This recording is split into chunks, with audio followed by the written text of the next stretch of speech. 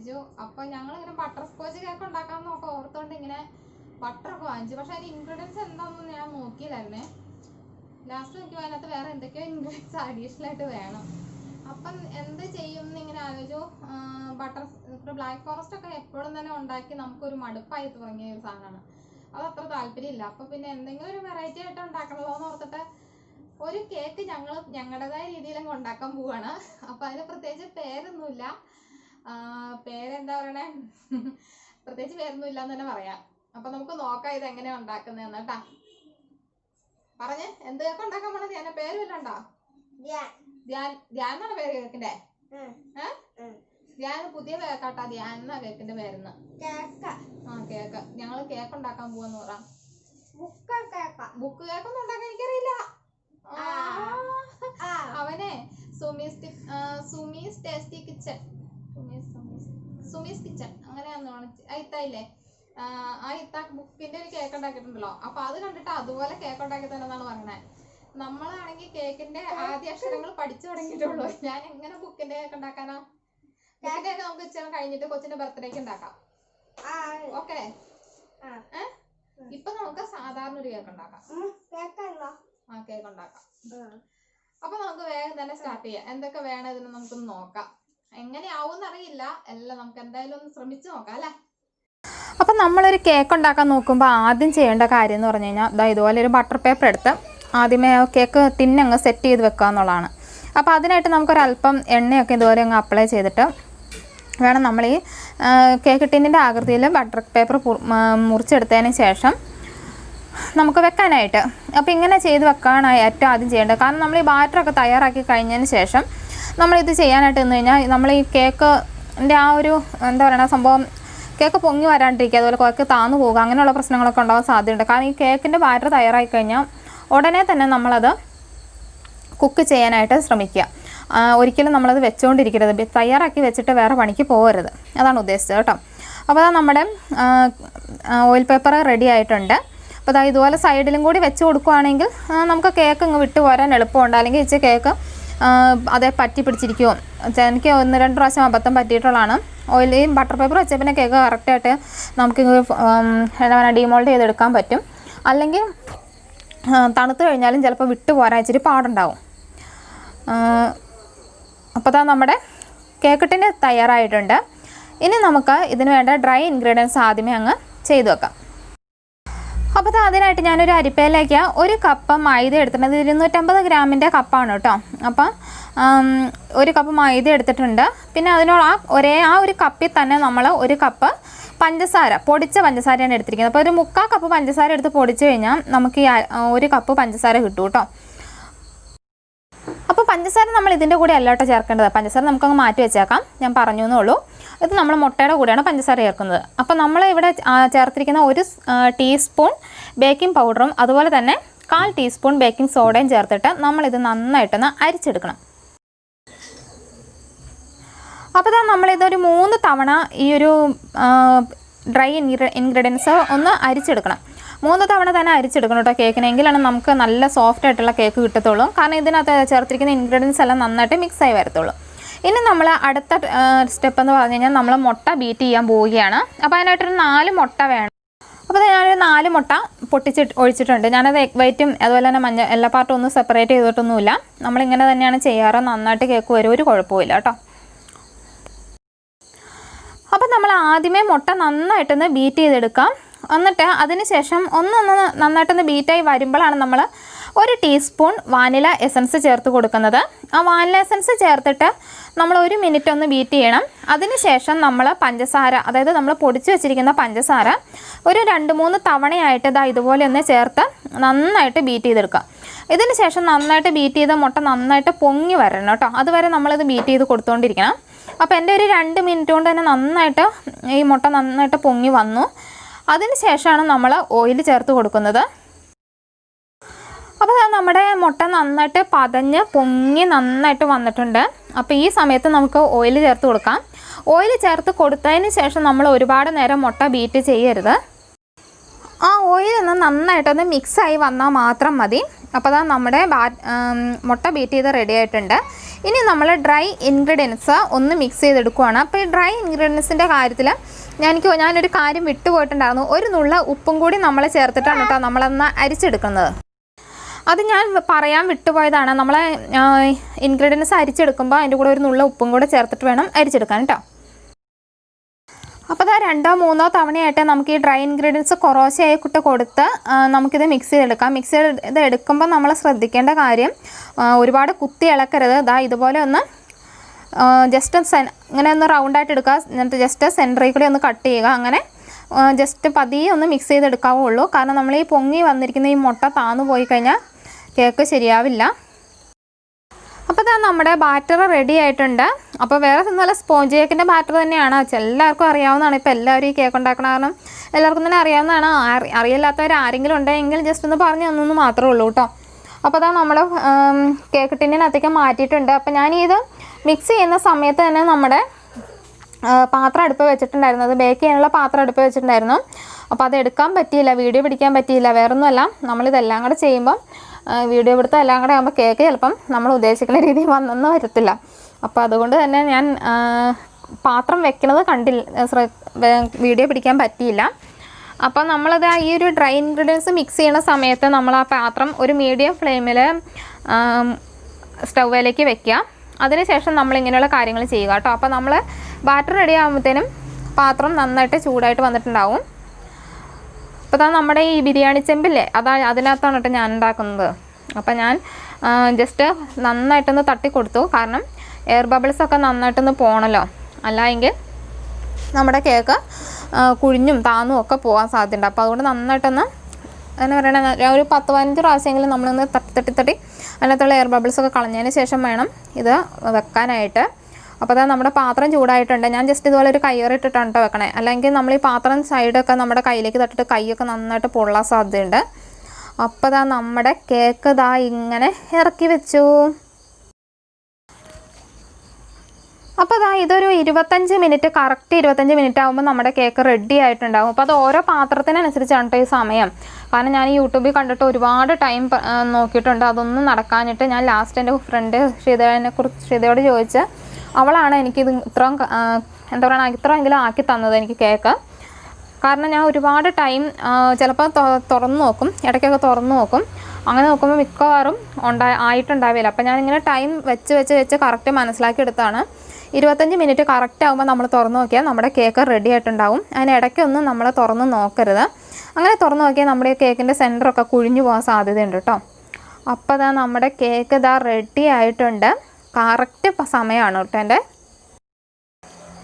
അപ്പോൾ നമുക്കിതുപോലെ ഒന്ന് കുത്തി നോക്കാം. കുത്തി നോക്കുമ്പോൾ നമ്മുടെ ആ കോലിൻ്റെ അറ്റത്തൊന്നും നമ്മുടെ ഈ ബാറ്ററൊന്നും പൊട്ടിപ്പിടിച്ചിരിക്കുന്നില്ല എങ്കിൽ നമ്മുടെ കേക്ക് റെഡി ആയി എന്നാണ് അതിൻ്റെ അർത്ഥം. അപ്പോൾ ഇനി നമുക്കിത് തണുക്കാനായിട്ട് ഇതിനകത്തുനിന്ന് മാറ്റി വയ്ക്കാം. അപ്പോൾ ഇനി നമ്മൾ വിപ്പിംഗ് ക്രീം ബീറ്റ് ചെയ്യാൻ പോവുകയാണ്. അപ്പോൾ അതിനായിട്ട് നമ്മളൊരു 1.5 കപ്പ് വിപ്പിംഗ് ക്രീമാണ് എടുത്തിരിക്കുന്നത്.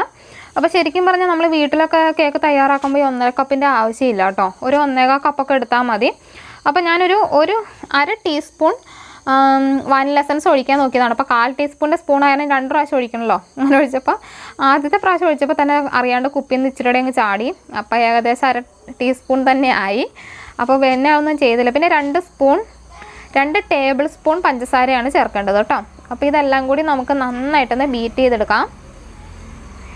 അപ്പോൾ ഈ വിപ്പിംഗ് ക്രീമൊക്കെ നമ്മൾ എടുക്കുമ്പം നമ്മൾ ഫ്രീസറിൽ നിന്ന് നേരത്തെയൊക്കെ എടുത്ത് വെച്ചിരിക്കണം. കാരണം ഒരു കട്ടയായിട്ടുള്ള വിപ്പിംഗ് ക്രീം ബീറ്റ് ചെയ്യാൻ പാടില്ല കേട്ടോ. അപ്പോൾ ഇത് നമ്മുടെ വിപ്പിംഗ് ക്രീം ഏകദേശം റെഡിയായി. നമ്മൾ ഈ പാത്രത്തിൽ നിന്ന് ഈ പാത്രത്തിൽ തലയും കുത്തി വെച്ചാൽ പോലും ഈ പാത്രത്തിൽ നിന്ന് താഴെ പോരുത്. അതാണ് ഇതിൻ്റെ ഒരു പാകം എന്ന് പറയുന്നത് കേട്ടോ. അപ്പോൾ അതങ്ങനെ ആയിട്ടുണ്ട്. ഇനി നമുക്ക് ഇതുപോലെ തന്നെ നമുക്ക് ഫ്രീസറിലല്ല ഫ്രിഡ്ജിലേക്ക് കയറ്റി വെക്കാം. എന്താണെന്ന് വെച്ച് കഴിഞ്ഞാൽ നമുക്ക് കുറച്ച് സംഭവങ്ങളും കൂടി ചെയ്യാനുണ്ട്. അപ്പോൾ ആ സമയത്ത് നമ്മൾ ഈ ക്രീം പുറത്തിരുന്ന് കഴിഞ്ഞാൽ ക്രീം പെട്ടെന്ന് മെൽറ്റായി പോകാൻ സാധ്യതയുണ്ട്. അപ്പോൾ അതുകൊണ്ട് ഫ്രിഡ്ജിലേക്ക് വെച്ചിട്ട് നമുക്ക് അടുത്ത പണി നോക്കാം. അപ്പോൾ ഇനി നമ്മൾ കുറച്ച് ഷുഗർ കാരമലൈസ് ചെയ്യാൻ പോവുകയാണ്. അപ്പോൾ അതിനായിട്ടൊരു 6 ടേബിൾ സ്പൂൺ ഷുഗറാണ് എടുത്തിരിക്കുന്നത്. അപ്പോൾ ഇത് ബട്ടർ സോസോ ആ സംഭവമാണ് കേട്ടോ. അത് ഉണ്ടാക്കാൻ വേണ്ടിയിട്ടാണ്. അപ്പോൾ അതിനായിട്ട് ഞാനിവിടെ ഒരു 6 സ്പൂൺ എടുത്തിട്ട് നന്നായിട്ട് ഇങ്ങനെ മെൽറ്റായിട്ട് വന്ന് കഴിയുമ്പം നമുക്കൊരു 1.5 സ്പൂണോളം ബട്ടർ ചേർത്ത് കൊടുക്കാം ഇതിനകത്തേക്ക്. അതുപോലെ തന്നെ ഒരു 1/4 കപ്പ് പാലും. അപ്പോൾ ഈ ബട്ടർ നമ്മൾ ഇതുപോലെ ലോ ഫ്ലെയിമിൽ ഇട്ടതിന് ശേഷം വേണം ചേർത്ത് കൊടുക്കാനായിട്ട്. അപ്പോൾ ഞാനിവിടെ അമൂലിൻ്റെ ബട്ടറാണ് ചേർത്ത് കൊടുക്കുന്നത്. അപ്പോൾ ഒരു 1.5 സ്പൂണോളം ചേർത്ത് കൊടുത്തു. അപ്പോൾ ഈ അമൂലിൻ്റെ അതിനകത്ത് വിത്തൗട്ട് സോൾട്ടാണ് കേട്ടോ. അപ്പോൾ അത് നന്നായിട്ടൊന്ന് മെൽറ്റായി വരുന്ന സമയത്ത് നമ്മൾ ഇനി ചേർത്ത് കൊടുക്കുന്നത് ക്രീമാണ്. അതെ, ക്രീമല്ല കേട്ടോ, നമ്മളൊരു 1/4 കപ്പ് ചൂടുവെള്ളം ചേർത്ത് കൊടുക്കണം. അപ്പോൾ ആ ചൂടുവെള്ളം ചേർത്ത് കൊടുത്തതിന് ശേഷമാണ് നമ്മൾ 1/4 കപ്പ് ഫ്രഷ് ക്രീമും കൂടെ ചേർത്ത് കൊടുക്കുന്നത്. എന്നിട്ട് നമ്മളിത് നന്നായിട്ട് പതിയൊന്ന് കുറുക്കിയെടുക്കുകയാണ് ചെയ്യുന്നത്. അത്യാവശ്യം ഒരുപാട് അങ്ങ് കുറുകി പോകരുത്. ഒരുപാട് കുറുകി പോയി കഴിഞ്ഞാൽ നമ്മളിത് തണുത്ത് കഴിയുമ്പോൾ ഒന്നുകൂടെ കുറുകി വരും സംഭവം. അപ്പോൾ അതനുസരിച്ച് വേണം നമ്മളിത് കുറുക്കിയെടുക്കാനായിട്ട്. അപ്പോൾ നമ്മൾ വെള്ളം ചേർത്തതിന് ശേഷം 1 മിനിറ്റ് ഒന്ന് ഇതുപോലെ ഒന്ന് മിക്സ് ചെയ്ത് കൊടുക്കുക. അതിനുശേഷം നമ്മളിത് ഇതുപോലെ 1/4 കപ്പ് ഫ്രഷ് ക്രീമും ചേർത്തു. എന്നിട്ട് നന്നായിട്ടൊന്ന് മിക്സ് ചെയ്ത് കൊടുക്കുക. അപ്പോൾ ഈ ഒരു സമയത്ത് നമുക്ക് ബട്ടർ സ്കോച്ചിൻ്റെ എസൻസ് ഉണ്ടെങ്കിൽ അത് ചേർത്ത് കൊടുക്കാം. എൻ്റെ കയ്യിൽ അതില്ലാതെ ഓപ്ഷനിലാണ് കേട്ടോ, ചേർത്തില്ലെങ്കിലും കുഴപ്പമൊന്നുമില്ല. അപ്പോൾ ഒരു 2 തുള്ളിയൊക്കെ ചേർത്ത് കൊടുത്താൽ മതി. അപ്പോൾ നമ്മുടെ എന്നാ പറയണേ സോസ് റെഡിയായി. ഇനി നമ്മൾ ജസ്റ്റ് ഒന്ന് എന്താ പറയണേ ഐസിങ് ചെയ്യാൻ പോകും. അപ്പോൾ എനിക്ക് ഈ പേരൊന്നും പെട്ടെന്ന് കിട്ടണില്ല കേട്ടോ, വേറൊന്നുമല്ല, നമ്മുടെ ഫീൽഡേ അല്ല ഇത്, അതുകൊണ്ടാണ്. അപ്പോൾ നമ്മൾ ജസ്റ്റ് ഒന്ന് ഒപ്പിച്ച് വെക്കണുള്ളൂ. അപ്പോൾ നമ്മുടെ കയ്യിൽ കേക്ക് ബോർഡൊന്നും ഇല്ലാത്ത കാരണം ഞാൻ നമ്മുടെ കേക്ക് ടിന്നില്ലേ അത് തന്നെ ഞങ്ങൾ കമത്തി വെച്ചു. അതിൻ്റെ മുകളിൽ വെച്ചിട്ടാണ് നമ്മളിത് കേക്ക് കട്ട് ചെയ്തെടുക്കാനൊക്കെ പോകുന്നത്. അപ്പോൾ അത് നമ്മളൊരു 3 ലെയറായിട്ടാണ് കേട്ടോ കേക്ക് കട്ട് ചെയ്തെടുക്കാൻ പോകുന്നത്. അപ്പോൾ എനിക്ക് വലിയ എക്സ്പീരിയൻസ് ഒന്നുമില്ല, നമ്മൾ ഒരു വിധത്തിലങ്ങ് ഒപ്പിച്ചു എന്നുള്ളൂ. അപ്പോൾ ആദ്യത്തെ 2 ലെയർ എനിക്ക് ഏകദേശം കറക്റ്റായിട്ട് കിട്ടി. പക്ഷേ 3ാമത്തെ ലെയറിൻ്റെ സെൻറ്റർ എങ്ങനെയോ കുഴിഞ്ഞു പോയിട്ടോ. പക്ഷേ ഞാൻ അവിടെ ക്രീമൊക്കെ വെച്ച് അഡ്ജസ്റ്റ് ചെയ്യാമെന്നൊക്കെ വിചാരിച്ചങ്ങ് മാറ്റി വെച്ചു. അപ്പോൾ നമ്മൾ 3 ലെയറും കട്ട് ചെയ്ത് കഴിഞ്ഞിരിക്കുകയാണ്. കണ്ടില്ലേ, സെൻറ്റർ ഇച്ചിരി ഒന്ന് കൊഴിഞ്ഞു പോയി. അപ്പോൾ ഇനി നമ്മൾ ആദ്യം ചെയ്യുന്നതെന്ന് പറഞ്ഞു കഴിഞ്ഞാൽ വിപ്പിംഗ് ക്രീം ഒരു ബാഗിനകത്തേക്ക് മാറ്റുവാണ്. അപ്പോൾ വിപ്പിംഗ് ക്രീം ബാഗിനകത്തേക്ക് മാറ്റിയിട്ട് നമ്മൾ ഐസിങ് ചെയ്യുവാണെങ്കിൽ അതാണ് കുറച്ചുകൂടി പെർഫെക്റ്റായിട്ട് എനിക്ക് തോന്നിയിട്ടുള്ളത്. അപ്പോൾ അതിനിടെ നമുക്കതായത് ഇതുപോലെ ഒരു ഗ്ലാസ്സിനകത്തേക്ക് നമുക്കിതുപോലെ ഈ ബാഗിൻ്റെ പേര് എനിക്ക് പെട്ടെന്ന് ഓർമ്മ വരുന്നില്ല, എല്ലാവർക്കും കാണുമ്പോൾ അറിയാലോ അല്ലേ. അപ്പോൾ ഇതിനകത്തേക്ക് നമുക്ക് വിപ്പിംഗ് ക്രീം കുറച്ച് എടുക്കുകയാണ്. അപ്പോൾ ഇതുപോലത്തെ ബാഗ്, അതായത് ഇതിൻ്റെ ബാഗിൻ്റെ പേര് മറന്നുപോയല്ലോ, ആരെങ്കിലും ഓർക്കുന്നുണ്ടോ? പെട്ടെന്ന് ഈ റെക്കോർഡ് ചെയ്യുന്ന സമയത്ത് ഒന്നും കിട്ടില്ല. ഓർണോടെയൊക്കെ ഉണ്ടെങ്കിൽ കുഴപ്പമില്ല. ഇപ്പോൾ എൻ്റെ ഓർണുള്ളൂ. അപ്പോൾ എന്താ ചെയ്യേണ്ടതെന്ന് വെച്ചാൽ നമ്മൾ ഈ ഡെക്കറേറ്റ് ചെയ്യാനായിട്ട് എന്തെങ്കിലും ഉദ്ദേശിക്കുന്നുണ്ടെങ്കിൽ അതിനുള്ള ക്രീം ആദ്യമേ എടുത്ത് നമ്മൾ ഫ്രിഡ്ജിലേക്ക് വെക്കണം. അല്ല എങ്കിൽ നമ്മൾ ഈ ഐസിങ് ചെയ്ത് കഴിയുമ്പോഴത്തേന് ഈ ക്രീം പതിയെ മെൽറ്റായിട്ട് തുടങ്ങിയിട്ടുണ്ടാകും. പിന്നെ നമ്മൾ എന്താ പറയണേ ഡെക്കറേറ്റ് ചെയ്യുമ്പം ആ ഫ്ലവർ ഒന്നും അത്ര നന്നായിട്ട് വരത്തില്ല. അപ്പോൾ എനിക്ക് പറ്റിയ കാര്യം അതാണ്. കാരണം എൻ്റെ ഈ ഒരു കവറേ ഉണ്ടായിരുന്നുള്ളൂ ഉപയോഗിക്കാനായിട്ട്. അപ്പോൾ എൻ്റെ അവിടെ തന്നെ പുറത്ത് തന്നെ ഈ ക്രീം ഇരുന്നിട്ട് അങ്ങ് മെൽറ്റായി പോയിട്ടുണ്ടായിരുന്നു. അപ്പോൾ നമ്മൾ ആദ്യം ഒന്ന് സോക്ക് ചെയ്തു പഞ്ചസാരപ്പാനി ഉപയോഗിച്ച്, ആ കുപ്പിക്കകത്ത് വെച്ചത് പഞ്ചസാരപ്പാനിയാണ് കേട്ടോ. അപ്പോൾ അത് ഞാൻ ഉണ്ടാക്കുന്ന വീഡിയോ എടുത്തില്ല.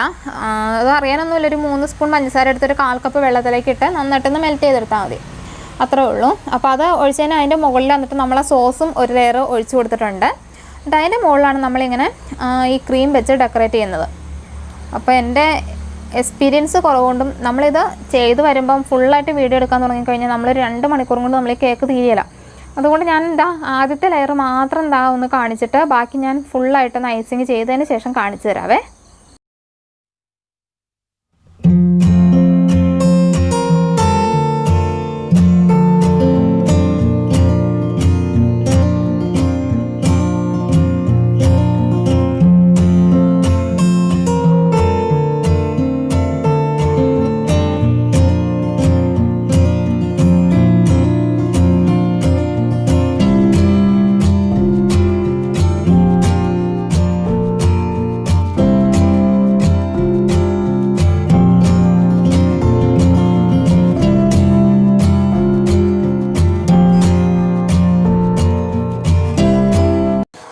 നമ്മൾ മുകളിൽ ഒരു വിധത്തിൽ അങ്ങ് ഒപ്പിച്ച് വെച്ചിട്ടുണ്ട്. ഇനി നമ്മൾക്ക് അതുപോലെ തന്നെ ബാക്കി 2 ലെയറും വെച്ച് കൊടുത്തതിന് ശേഷം ഞാൻ സൈഡിൽ കൂടെ ഒക്കെ ഒന്ന് ജസ്റ്റ് ഒന്ന് ക്രീമൊക്കെ ഫുള്ളായിട്ട് തന്നെ അപ്ലൈ ചെയ്തു. അപ്പോൾ ഇങ്ങനെയാണ് നമ്മുടെ കേക്ക് ലാസ്റ്റ് ഭാഗം. ഞാൻ സൈഡിൽ കൂടെ ചെറിയൊരു ഡിസൈനൊക്കെ കൊടുത്തിട്ടുണ്ട് കേട്ടോ, കാണാവോ ഇല്ലയോ ആവോ. എന്തായാലും ഒരു 1.5 മണിക്കൂർ നേരത്തെ പരിശ്രമമാണിത്, എന്നിട്ടാണ് ഇത്ര ആയത്. അപ്പോൾ ഈ കേക്ക് ഉണ്ടാക്കുന്നവരെയൊക്കെ ഒന്ന് സമ്മതിക്കണം കേട്ടോ, എത്ര നേരം കൊണ്ടായിരിക്കും അവരിങ്ങനെ ഡെക്കറേറ്റ് ചെയ്തെടുക്കണേ. അപ്പോൾ നമ്മളൊരു കാര്യം വിട്ടുപോയിട്ടുണ്ടായിരുന്നു കേട്ടോ, ഈ ക്രീമിനകത്ത് ഈ സോസ് ഇച്ചിരി ഒഴിച്ച് മിക്സ് ചെയ്തെടുക്കേണ്ടതായിരുന്നു. പക്ഷേ ആ സംഭവം മാത്രം ഞാനിതിനകത്ത് വിട്ടുപോയി, കാരണം ഈ വീഡിയോ എടുക്കലും എല്ലാം കൂടെ ആയപ്പം വിട്ടുപോയതാണ്. അപ്പോൾ ഈ സോസിൻ്റെ ഒരു കാൽ ഭാഗം എടുത്ത് നമ്മൾ ആ ക്രീമിനകത്തേക്ക് ഒന്നുകൂടി ഒന്ന് ബീറ്റ് ചെയ്യേണ്ട ആവശ്യമുണ്ടായിരുന്നു. അത് ചെയ്തില്ല. അങ്ങനെ ചെയ്യുമ്പോൾ നമുക്ക് ഒന്നുകൂടി കേക്കിൻ്റെ ടേസ്റ്റ് കൂടുതലാണ് കേട്ടോ. അപ്പോൾ ബാലൻസ് ഉള്ളത് നമ്മളിങ്ങനെ ഒഴിക്കുകയാണ് ചെയ്യുന്നത്.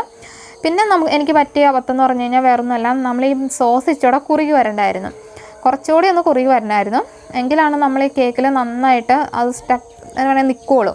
ഇതിപ്പോൾ ഒഴിച്ച് കഴിഞ്ഞാൽ അപ്പം തന്നെ നമ്മുടെ ഇത് ജസ്റ്റ് ആ തറയിലേക്കൊക്കെ അങ്ങനെ ഒഴുകുമായിരുന്നു. അങ്ങനെ ഒഴുകി പോകരുത്. കുറച്ചുകൂടി ഒന്ന് കുറുകിയിരിക്കുകയാണെങ്കിൽ നമ്മുടെ കേക്ക് തന്നെ നന്നായിട്ട് ഇരുന്നേനെ. പക്ഷെ അത് അങ്ങനെ 2 അബദ്ധം പറ്റിയിട്ടുണ്ട്.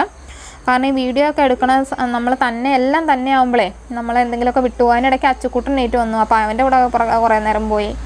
അപ്പോൾ സ്വാഭാവികമായിട്ടും പറ്റിയതാണ്. അപ്പോൾ അതാ നമ്മുടെ കേക്ക് റെഡി ആയിട്ടുണ്ട്. ഇനി നമ്മൾ ചെറിയൊരു ഡിസൈൻ ചുമ്മാ മുകളിലും കൂടെ കൊടുക്കുവാണ്. അപ്പോൾ ഇതാണ് നമ്മുടെ കേക്ക്. അപ്പോൾ ഈ ശരിക്കും പറഞ്ഞു കഴിഞ്ഞാൽ ഈ ഒരു സൈഡിൽ നിന്നുള്ളത് നമ്മൾ ജസ്റ്റ് ഒന്നിങ്ങ് എടുത്തിട്ട് ഒന്നുകൂടി ഒരു ലെയറും കൂടി ഇത് ഫ്രിഡ്ജ് വെച്ചിട്ട് ഒന്നുകൂടി ഒഴിച്ചു കൊടുത്താൽ സെറ്റായി കിട്ടുമെന്ന് എന്നോട് അവൾ പറഞ്ഞായിരുന്നു. പക്ഷേ എന്താ പറയുന്നത്, നമ്മുടെ പിള്ളേർ അതിനൊന്നും സമ്മതിച്ചില്ല. ശരിക്കും പറഞ്ഞാൽ ഈ കേക്ക് ഉണ്ടാക്കിയ പിറ്റേന്ന് നമ്മളെടുത്ത് കഴിക്കണതാണ് കുറച്ചുകൂടി ടേസ്റ്റ് കേട്ടോ. അപ്പോൾ അവന്മാർക്ക് കേക്ക് ഉണ്ടാക്കിയ 2 പേരും കൂടെ അടിയാണ് പിന്നെ അത് കട്ട് ചെയ്യാൻ വേണ്ടിയിട്ട്. അപ്പോൾ ഞാൻ 2 പേരെയും കൂടെ ഒന്നിച്ച് കൈ പിടിപ്പിച്ചിട്ട് കട്ട് ചെയ്ത് കൊടുക്കുവാണ്.